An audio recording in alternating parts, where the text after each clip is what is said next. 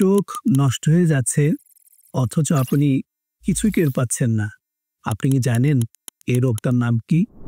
এই রোগটার নাম হচ্ছে গ্লোকোমা। চোখের এক নীরব ঘাতক ব্যাধি। যেমন ফুটবলের মধ্যে বাতাস থাকলে ফুটবলটা ফুলে থাকে, যদি বাতাস বের হয়ে যায়, সংকুচিত হয়ে যায়, চুপসে যায়, চোখের যখন প্রেশার ঠিক থাকবে তখন চোখ ভালো থাকবে। যখনই চোখের প্রেশার বেড়ে যায় তখন চোখটা অন্ধত্বর দিকে যাবে।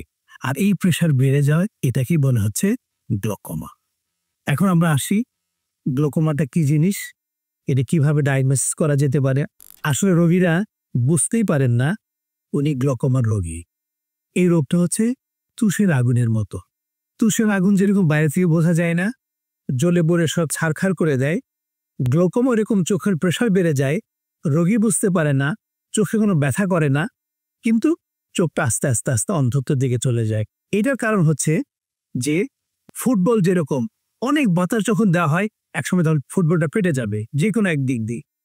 চোখও যদি এরকম প্রেশার বেড়ে যায়, যখনই প্রেশার বেড়ে যাবে চোখের ভিতরে একটা দুর্বল জায়গা আছে যেটাকে বলে অপটিক নার্ভ, যেটা ব্রেনের সাথে কানেকশন।